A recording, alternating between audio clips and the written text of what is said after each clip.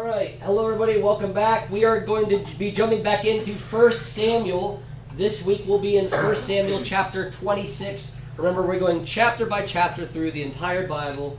I started this years ago. Only a few of you have been around that long, I guess. But yeah, I started this years and years ago, and we're all the way up into the first First Samuel, the first book of Samuel, I guess you could say. And we're studying it as God's Word. Remember, it's one story through one family, but it's for all of humanity, and it's God's story to us.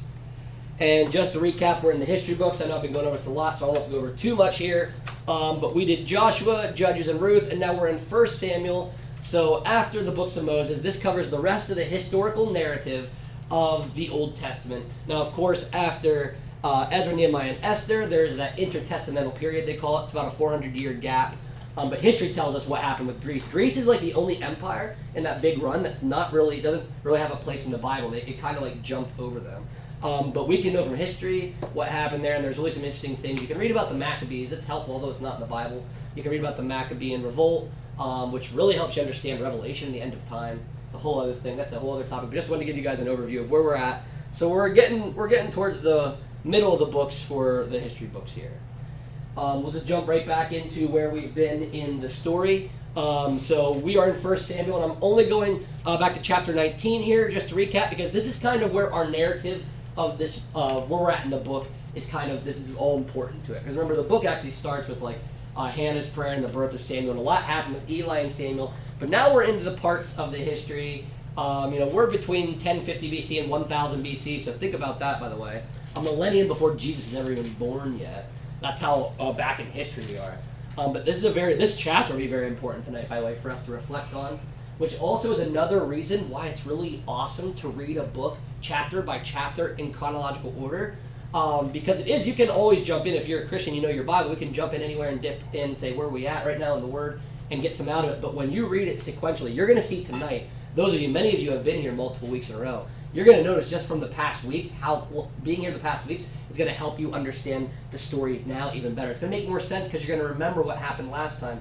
Whereas usually when you jump in the Bible, you don't really have the whole recap, but you guys will. So remember that Saul has been trying to kill David out of pride, right? He's jealous of David. David's never done anything wrong to him. David actually went to Saul and helped him because of the evil spirit, and helped him. But we know that Saul's been a crazy man, and he through his spirit, David tried to kill him. And David's been on the run, and we are in what is sometimes coined as David's fugitive years. And unfortunately, it doesn't end after he becomes king either with his sons, and I'm sure some of you know about that. So remember, he's fleeing now from Saul.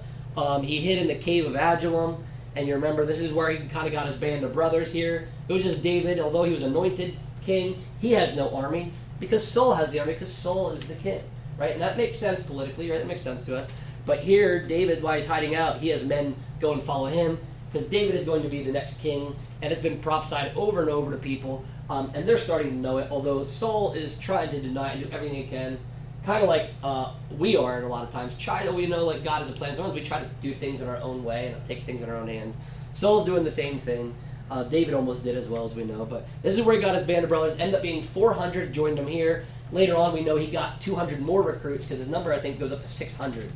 At one point.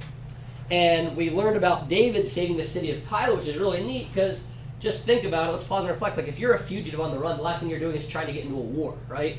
But David is such a king's heart that he says, hey, I know I'm on the run, I'm supposed to be hiding out from the king of Israel, King Saul, who hates me and wants to kill me. But my people, I'm under their king, and my people are in turmoil here, so we're going to go fight them. Remember, his buddies were afraid, because they're not really warriors, they didn't do boot camp, they were just helping because they want to help David, and they know he's in the right, and Saul's in the wrong. So they went and they actually did save Keilah, which is pretty cool. That's how that went. But after that, we learned that Saul pursued David, which how crazy is that? David just went and actually did Saul's job for him, if you can think about it. Because Saul's job as king was to protect the city of Keilah. Saul didn't do it, so David did it. And Saul doesn't see the Philistines as the enemy as much as David. So you can see how Saul is really in his own head, right? And I talked about how we can do that sometimes. We can think there's people that are our enemies until you start thinking about it. Like when David points things out to Saul, like, oh, maybe you're not my enemy. I don't know where this came from, right? So this is all in Saul's head, but he's really after David, although, according to Israel, David's done nothing wrong. Saul is just a jealous guy because David is liked more than him, and not only that, but he knows David's going to be king, and he's not really happy with God's decision there. And then we learned in chapter 24, that was 2 weeks ago, I believe, or 2 studies ago. This is where David spared Saul's life. Remember, Saul was on the hunt for David. It's another really cool synchronicity, you could call it here, where it just by coincidence, but it's not a coincidence because God's orchestrating this, right? Saul went to go to the bathroom in this cave alone, vulnerable, and he just happened to choose the one that David and his men were hiding in. David could have killed him, but instead he cuts the robe, which is reminiscent of earlier in the book when Samuel told Saul that his kingdom would be taken away from him, and as Samuel went to walk away, Saul tried to hold on to him and it ripped off into his hands. So when David showed it to Saul, I'm sure Saul had these flashbacks of this prophecy, right? And he knew it to be true then, for sure. If he didn't before, he could see David's holding that fabric which symbolized his kingdom being torn from him. And David, you can see, remember, in the humility, he got down before him, approached him up close. You know, Saul could have killed him if he wanted to, but David was just trying to be humble and say, hey, I'm not your enemy, right? I don't know where you got this idea. He's really nice about it. Says, I don't know, maybe other people told you to kill me, but don't listen to them, even though it all comes from Saul. David's a really good, he's really good delegate. He's really good with what I call public relations and relationships. He's really good with his words here. And Saul, remember, he was sorry about what he did. Then we kind of take like this interlude in between what happens again tonight, we'll read. But the last chapter we did last week was 1 Samuel 25. Remember, this is where, you remember, David's now in the wilderness, because after Saul, said, hey, I'm sorry, David, I won't kill you. Remember, Saul goes home, but David doesn't, because remember why? David does not really trust Saul, right? So he still actually stayed in the wilderness. And while he was there, remember, David and his men protected the shepherds of this rich man named Nabal. Remember, he was a rich man, but his name means fool. And he showed throughout the entire chapter he was an utter fool. David sends his men here and says, hey, we protected you while we were out there. It's the harvest. You're a rich guy. Can we just get some food and some drink because we want to celebrate the festival with you guys. We don't have anything. And they were kind of the security team. They did their shifts, right? And they weren't in the wrong to ask for this. And Nabal was, rich. And honestly, if he was rich and had everything, it should have been in the kindness of the heart, whether they worked for him or not, just to help him along, right? But David's kind of earned it. But Nabal says no, right? And now David's like, strap on your swords, men. We're going to go kill him, remember? David's a little hasty here. And then we learned about Abigail, who steps in, remember? And I said, you can even see the story of Jesus Christ in this scene right here, because Abigail steps in. Now, did Abigail wrong David? No, she didn't wrong any of them, right? It was Nabal who did it, her husband. But she steps in and basically says, charge it to my account. Here's all the stuff. She had all this food she brought, which shows how rich they were. She could just go gather all this food really quickly, right? Could any of you guys go home and get 200 loaves of bread and like 3 vats of wine, all the stuff that she brought? Probably not. But that means that's how much plenty they had. She comes and tries to make it right. Says, here, charge to me. I'll take all the blame. And David is thankful for it. She actually stops David from being foolish, right? Because David was going to take this into his own hands. He was going to kill Nabal. And while maybe you could have justified the Nabal killing, he said he was going to kill everybody in the household of Nabal, which means his innocent guys. Remember, they kind of thought he was an idiot. They thought he was a fool. When Abigail was talking to them, they're like, listen, you know how hard-headed he is, Abigail. He's not going to listen to us. You're going to have to go do it, right? Which she ended up going. She remember Nabal was so drunk at his festival when she was approaching him, she didn't even tell him anything. And then remember Nabal died, and we don't sure if he had a heart attack or something like that or what happened. But he says God struck him dead, which means God was behind whatever health condition he had, whatever he fell over dead from. God was behind all of that, and we want to learn. David learned a valuable lesson here, that you shouldn't take things into your own hands. Because what was he going to do? He was going to kill Nabal. But God was going to do that anyway, right? And Abigail was the reason that David didn't have more blood guilt, as they call it, more blood guilt on his hands, because more innocent people could have died. And we already know that David's going to kill some innocent people down the road, unfortunately. And he already kind of has. Remember the priest at Nob? David's lying and his sin gets a lot of people in trouble, gets people killed. And I'm telling you that today, sin still gets people hurt and gets people killed. A lot of times people want to blame God for the problems they have in life or why they've been hurt. It's really sinful people. Just like their sins affect other people, right? It's the same thing. And we see that in David, who, remember, David is a man after God's own heart, which kind of blows our mind when you read David's story about everything he went through. But it was really his reaction to when he sinned, right? Because we're no different than David or Saul in the fact that we all sin, just like they sin. The difference is, are you going to be Saul and say, well, I only did it because, technically, God, I could technically do this because you forgave this, and I was really just trying to... Do you try to explain away your sins, or are you like David, like, God, I am so sorry I did that. Please forgive me, creating a clean heart in me. So that's really, remember, why David is the good king out of both of them. Not that they're sinless at all. And that's a really important thing as a Christian to know. We're never going to be perfect. And some people get the idea from the church that we're going to be perfect, but we're not going to be. We're always supposed to be striving to be better. And remember, this is just a map, and you can see this is a map for 1 Samuel 24 through 27, which is we are in the midst of that right now. So I just, again, want to bring up this map, one more visual for everybody, just to kind of get an idea of where everything's at. So remember, he was in the caves of Adullam. That's up there in the top of the picture. But we're actually in the south of Israel right here. The Dead Sea's on the east. There's En-Gedi, that cave right there along the Dead Sea. That's where he cut the fabric off, okay? Maon is where we just saw in the ball. Remember Carmel? We had a business in Carmel, so that's the city right north of Maon. And now our story tonight is actually going to take place in the wilderness of Ziph, okay? Because David is still in the wilderness. He didn't go home, because remember, he's still afraid of Saul. So you can see now he's gone from, he was just down in Maon and Carmel with Nabal. He's going back up north now, which is west of En-Gedi. So you can kind of see that whole region that this is all taking place in. But he started up in Adullam, up a little bit even more north, right? And when he was with northwest all the way up there is Gath, where he, remember, went and fled for a little bit to the Philistines. So just to give you guys an idea of where everything is taking place in our story. So now tonight, he's going a little bit up north from being down in the wilderness of Maon. But this is all that you can see. The wilderness of Judah is where this story takes place.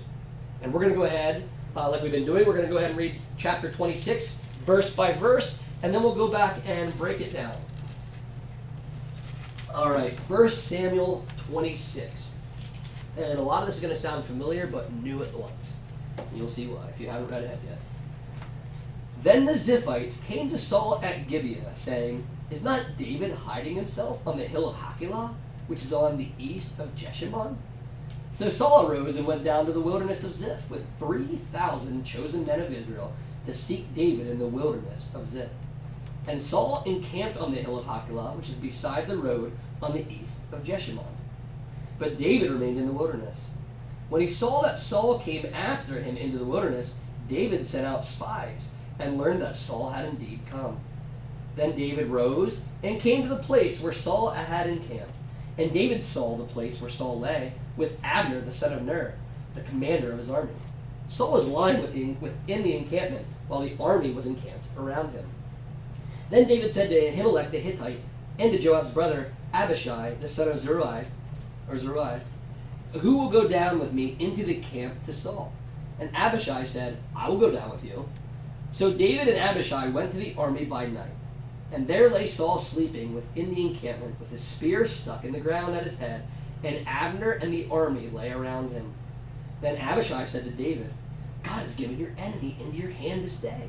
Now please, let me pin him to the earth with one stroke of the spear, and I will not strike him twice." But David said to Abishai, "Do not destroy him, for who could put out his hand against the Lord's anointed and be guiltless?" And David said, "As the Lord lives, the Lord will strike him, or his day will come to die, or he will go down into the battle and perish. The Lord forbid that I should put out my hand against the Lord's anointed. But take now the spear that is at his head, and the jar of water, and let us go." So David took the spear and the jar of water from Saul's head, and they went away. No man saw it or knew it, nor did any awake, for they were all asleep, because a deep sleep from the Lord had fallen upon them. Then David went over to the other side and stood far off on the top of the hill, with a great space between them. And David called to the army and to Abner the son of Ner, saying, "Will you not answer, Abner?" Then Abner answered, "Who are you who calls to the king?" And David said to Abner, "Are you not a man? Who is like you in Israel? Why then have you not kept watch over your lord the king? For one of the people came in to destroy the king your lord. This thing that you have done is not good. As the Lord lives, you deserve to die, because you have not kept watch over your lord, the Lord's anointed. And now see where the king's spear is, and the jar of water that was at his head." Saul recognized David's voice and said, "Is this your voice, my son David?" And David said, "It is my voice, my lord, O king." And he said, "Why does my lord pursue after his servant? For what have I done? What evil is on my hands? Now therefore, let my lord the king hear the words of his servant. If it is the Lord who has stirred you up against me, may he accept an offering. But if it is men, may they be cursed before the Lord, for they have driven me out this day, that I should have no share in the heritage of the Lord, saying, 'Go, serve other gods.' Now therefore, let not my blood fall to the earth away from the presence of the Lord, for the king of Israel has come out to seek a single flea, like one who hunts a partridge in the mountains." Then Saul said, "I have sinned. Return, my son David, for I will no more do you harm. because my life was precious in your eyes this day. Behold, I have acted foolishly and have made a great mistake. And David answered and said, Here's the spear, O king. Let one of the young men come over and take it. The Lord rewards every man for his righteousness and his faithfulness.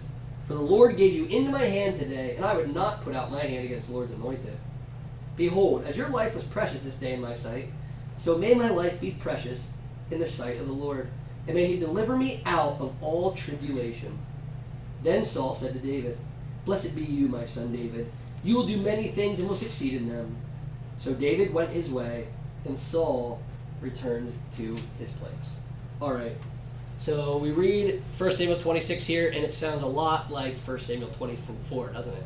Sounds very similar. And you'll find out in the Bible, I talk about this a lot, there's always patterns, right?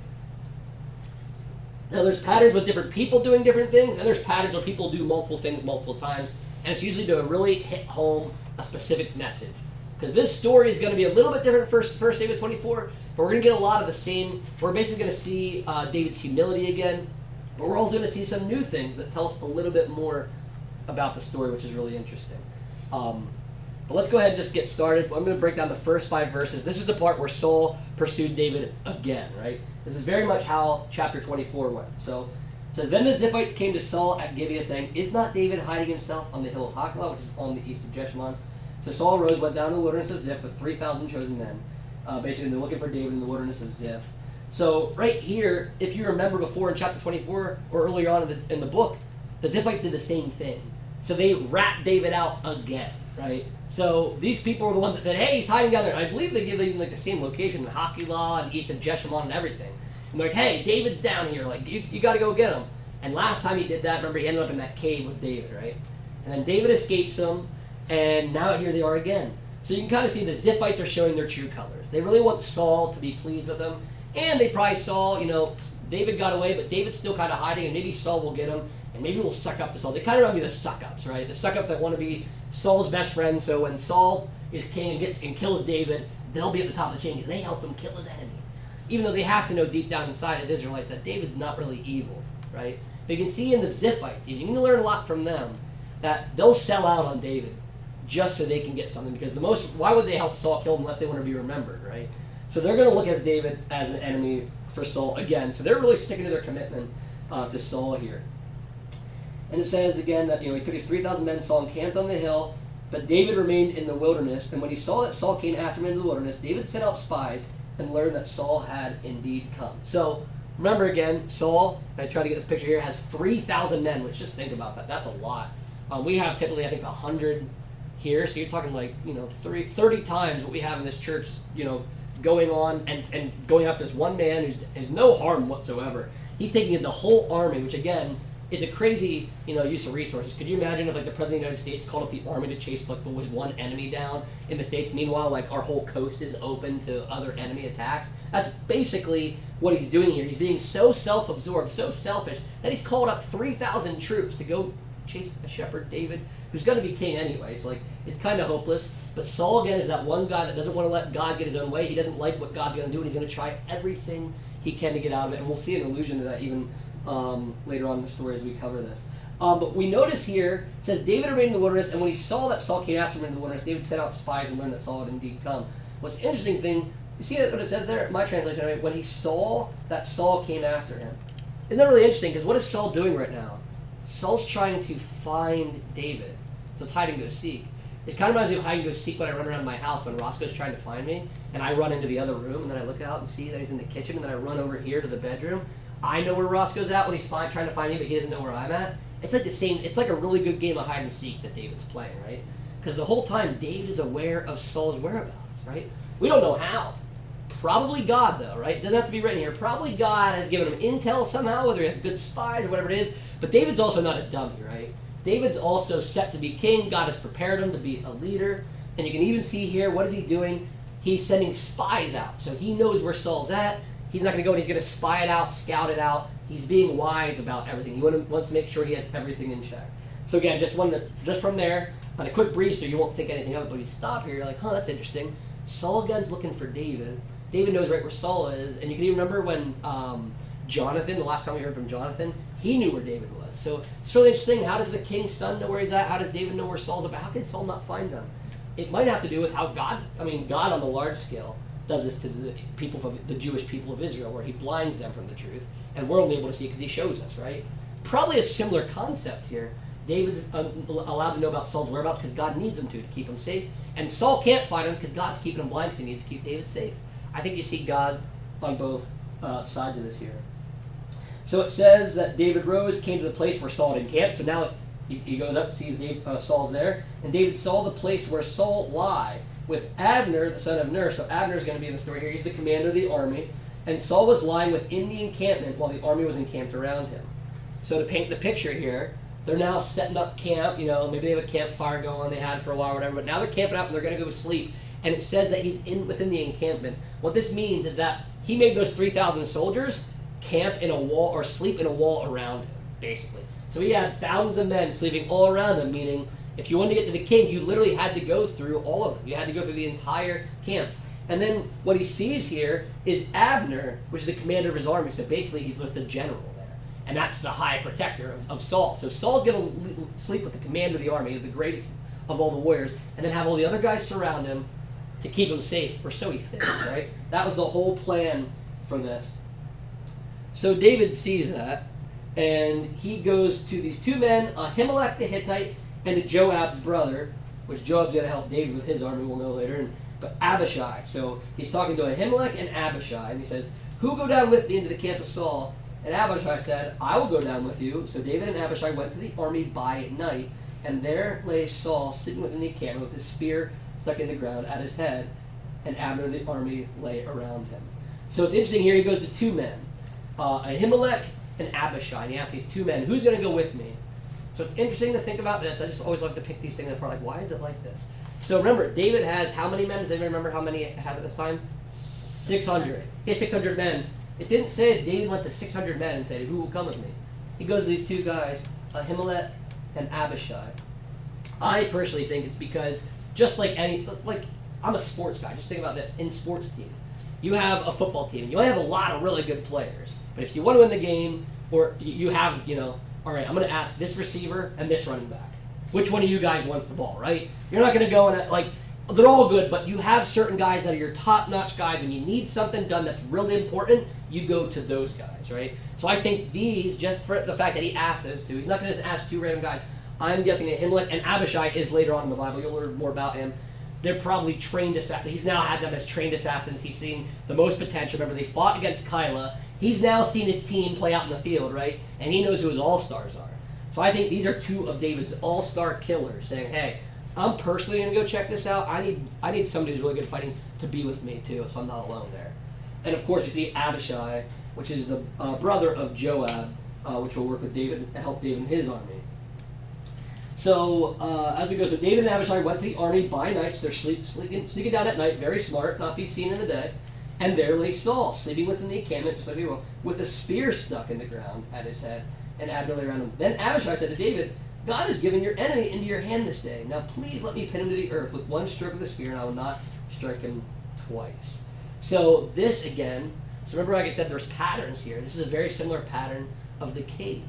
The same whispers David heard. Hey, I think there's the king over there. Now's the time. God gave you in his hand. Go kill him. And he's like, no, I'm just going to cut off his fabric. Remember, they're probably like, oh my goodness, you were so close, right?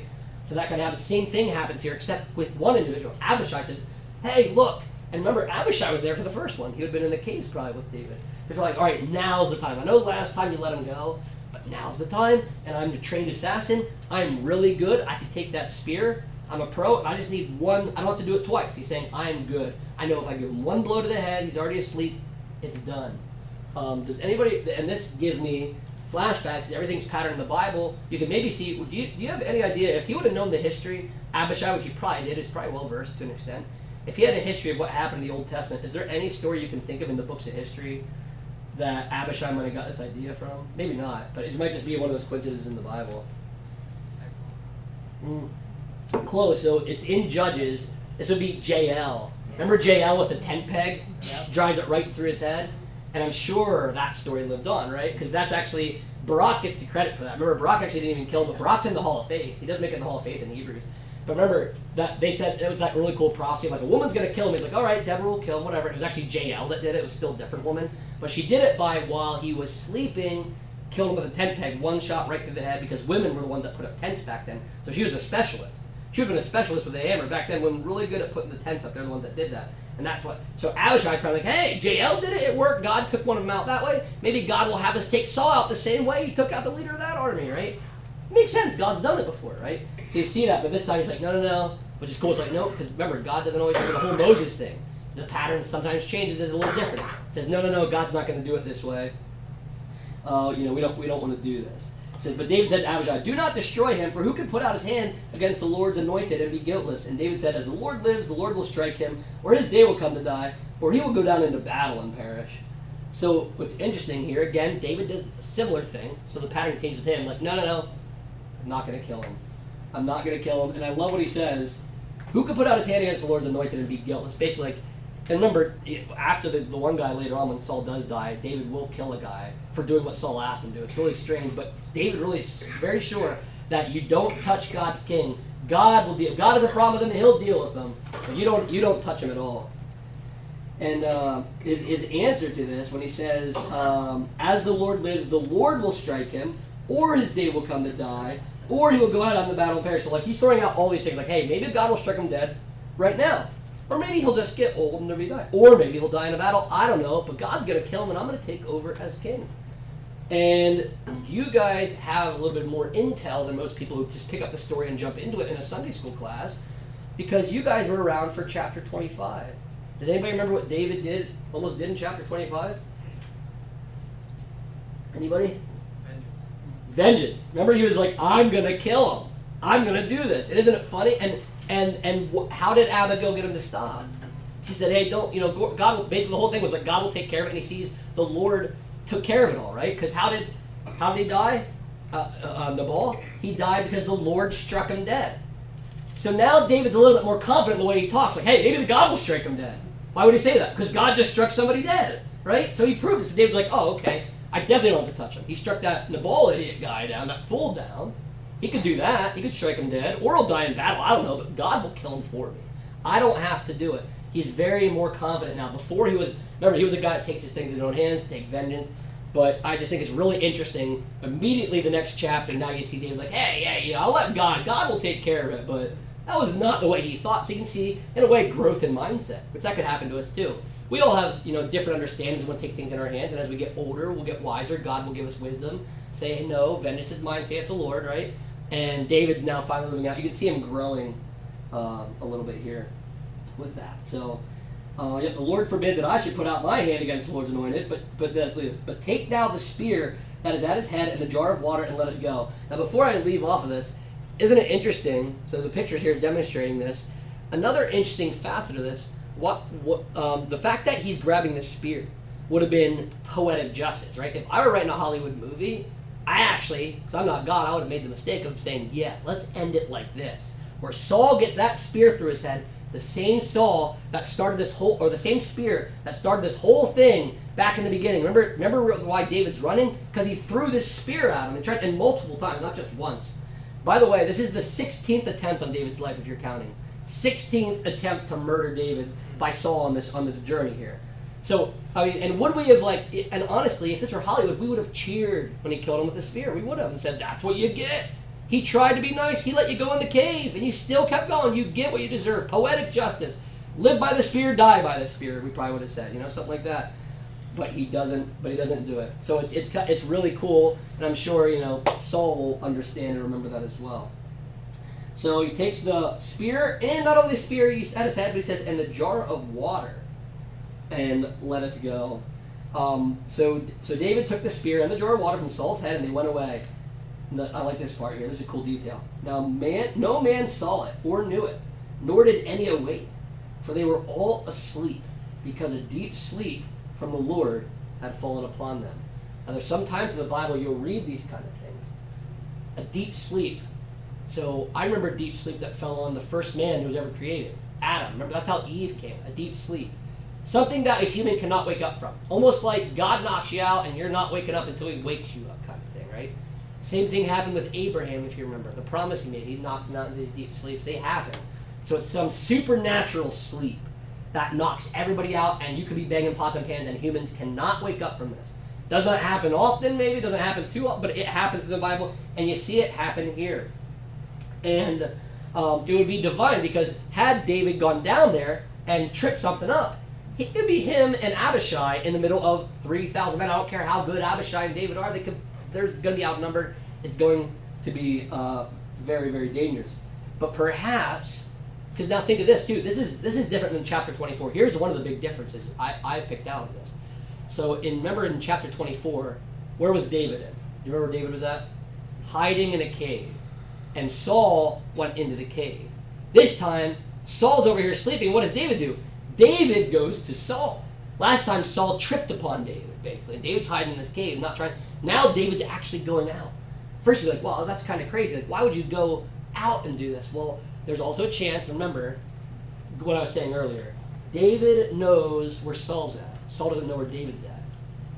Could have gone, and he didn't need to record it here because it wasn't necessary. The story didn't fit perfectly in.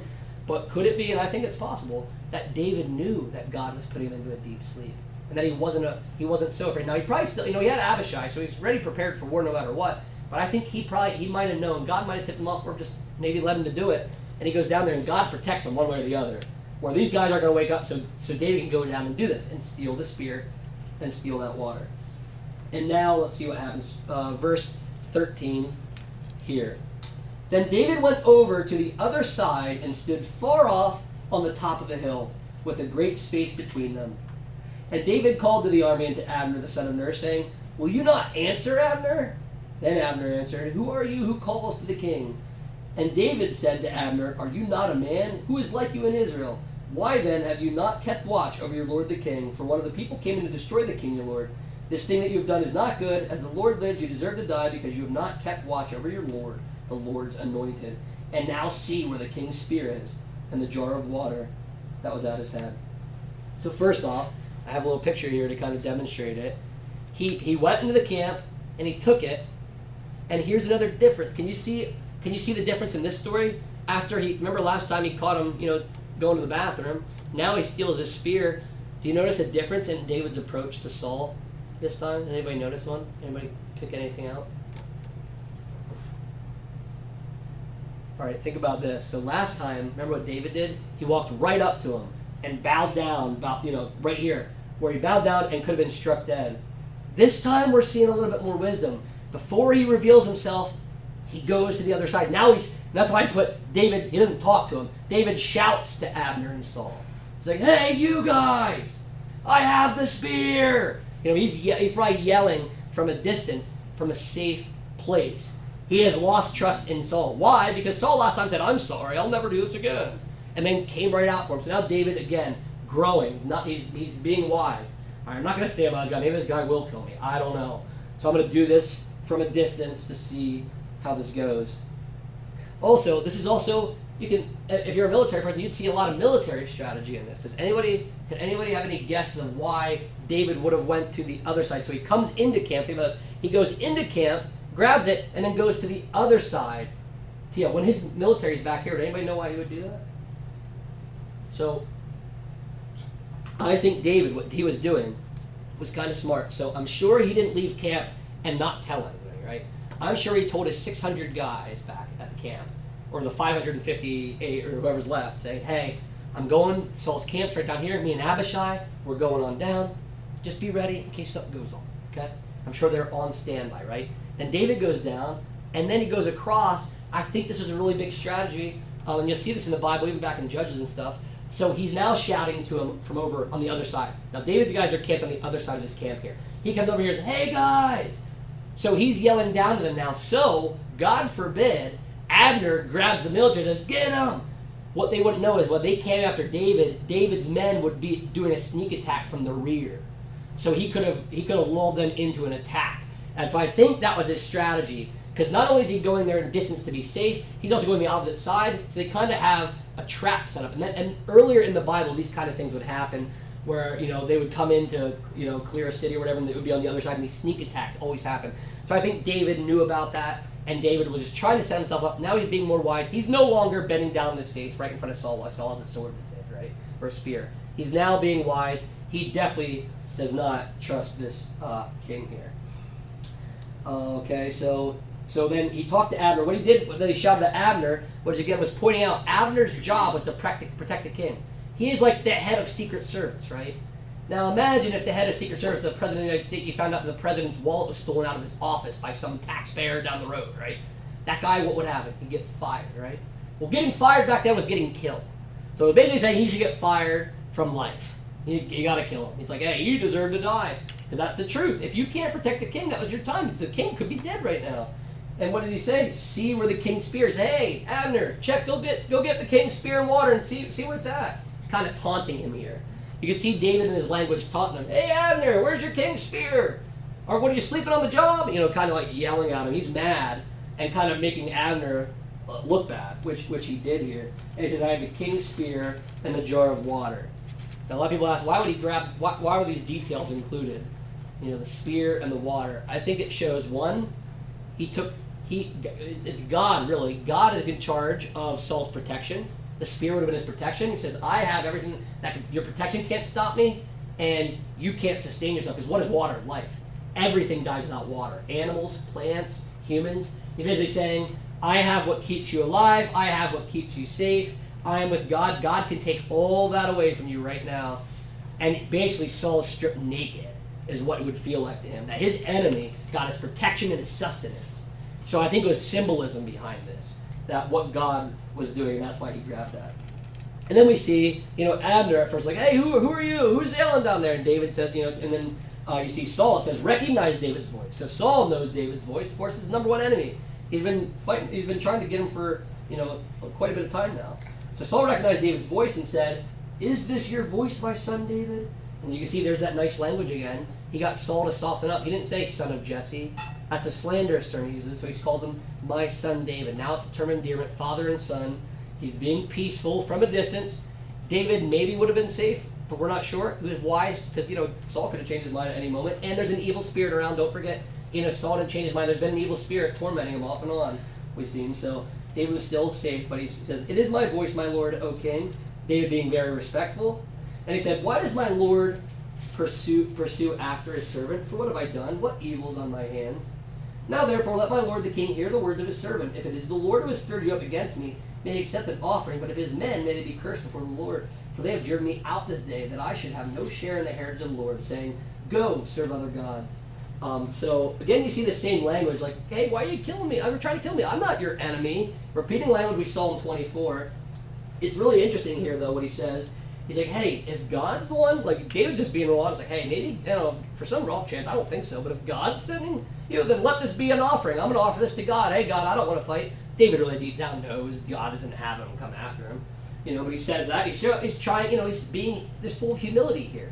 Hey, if I am in the wrong, for some reason, I don't know why God wants you to kill me. If so, let him accept this offering right now, right here. Here's the spear, here's the water. Let's call it even. But if not, may God, basically kill every guy that's coming for me right now. And he mentions here how he's been driven out, how this whole thing is cursed, and it's been a plague to him, and how David's probably been tempted and, off and on, just run away from home, like Simba in The Lion King. Run away and never come back, right? Probably that thought has come to him, and he even says that. They're saying, go serve other gods. Basically, go move to another country where the customs are different, where Yahweh's not God, and just live your life over there, David. You'd be a lot safer if you just left Israel, right? So he's been told that over. So his life's been made miserable. He just wants to go home. He wants to serve Yahweh, his God, in Israel. He wants to be the king only when God wants him to be. He doesn't even want to steal the throne, by the way. That's even more thing. Like, David's not going like, hey, Saul, remember, I'm the king now. He's not even picking a fight. He's letting Saul be the king as long as Saul wants to be king, really as long as God wants him to be king here. So he's being, pretty helpful here. So it says, may it be cursed. Goes to now therefore let not my blood fall to the earth away from the presence of the Lord, for the king of Israel has come out to seek a single flea, like one who hunts a partridge in the mountains. All right, I have to break that one down, because how many people talk about partridges in the mountains around here? Probably not many, right? So what he's saying here, so back in the day, so remember the single flea, he mentioned that before, like who are you trying to catch a little single flea? Like basically, it's the small details. Why are you going after me when there's bigger fish to fry? But he's saying one who hunts a partridge in the mountains. So let me give you a background just a little bit. what this means. So back then, if they were hunting a partridge bird, right, they're not really good at flying. They're not like an eagle that can just soar up in the sky and fly away. They started to realize that when you go up to a partridge, it can get up off the ground, and then it will land. You can go and it'll get up off the ground. But after a while, partridges are not really good at flying, and they get tired. And the reason they hunt them in the mountains is they just keep chasing around until they got tired. They go up in the mountains, they couldn't fly anywhere, they're exhausted, and they go up and they basically get them with clubs. Okay, and that's how they would kill them. It was an easy way. It was a war of attrition. You just tired the partridges out until you killed them. And David's like, am I a partridge? Do you think I'm going to stop flying and just stand here till you kill me? That's what he's saying to him, really. Like, you just keep chasing me over and over. You think I'm going to get tired of it? Do you think that if you just chase me enough, eventually God's going to let you kill me?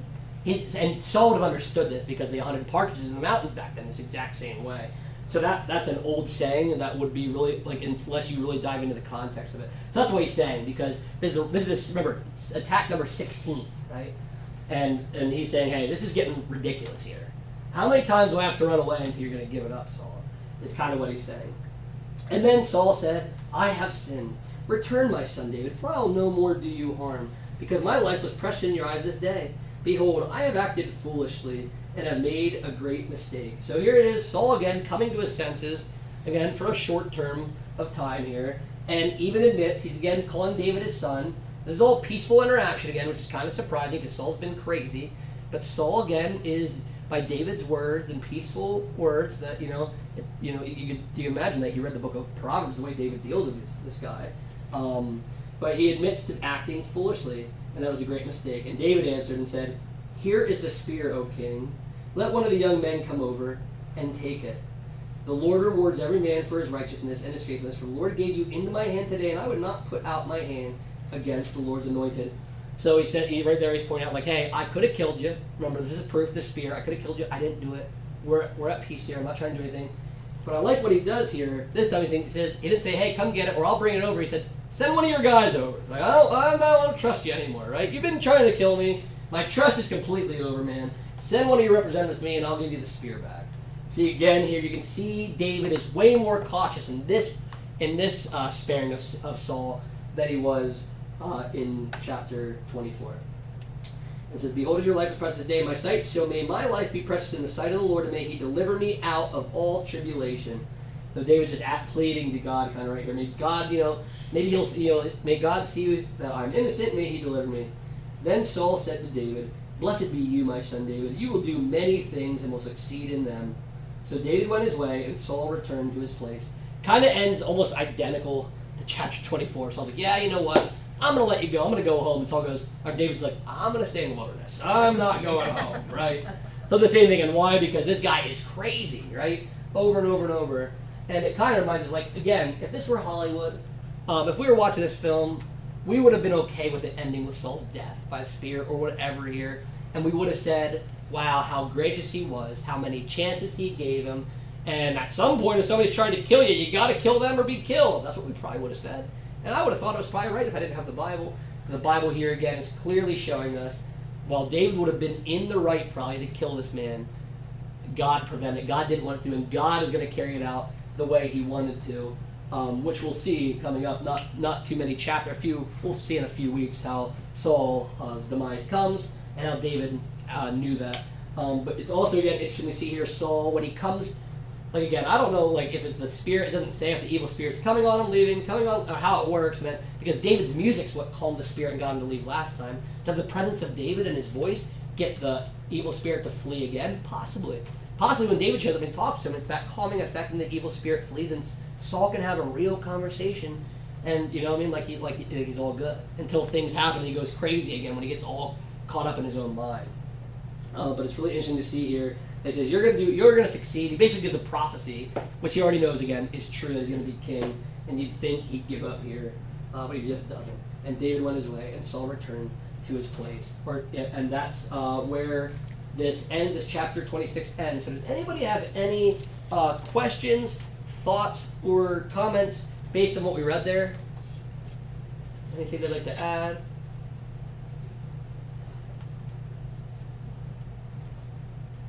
Yeah, go ahead, Beard. Abishai is one of David's mighty men that we learn about. That is correct. Second Samuel. That's right. Yep, he's related to Joab. They have another brother too, and there's a whole killing that'll go on later on. I think it's 2 Samuel. So yeah, you'll read about him. He's kind of like that's kind of like an intro.